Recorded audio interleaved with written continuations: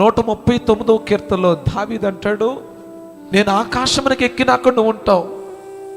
నేను ఇంగ్లీష్లో utter most part of the ocean అనే మాట ఉంటుందండి. సముద్ర అగాధములోనికి నేను వెళ్ళినా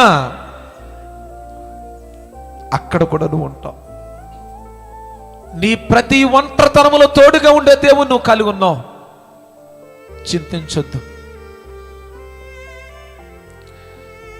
ఒకటి వాస్తవం చెప్తాను, అందరూ నేను వదిలేస్తారని బాధపడుతున్నావు కదా,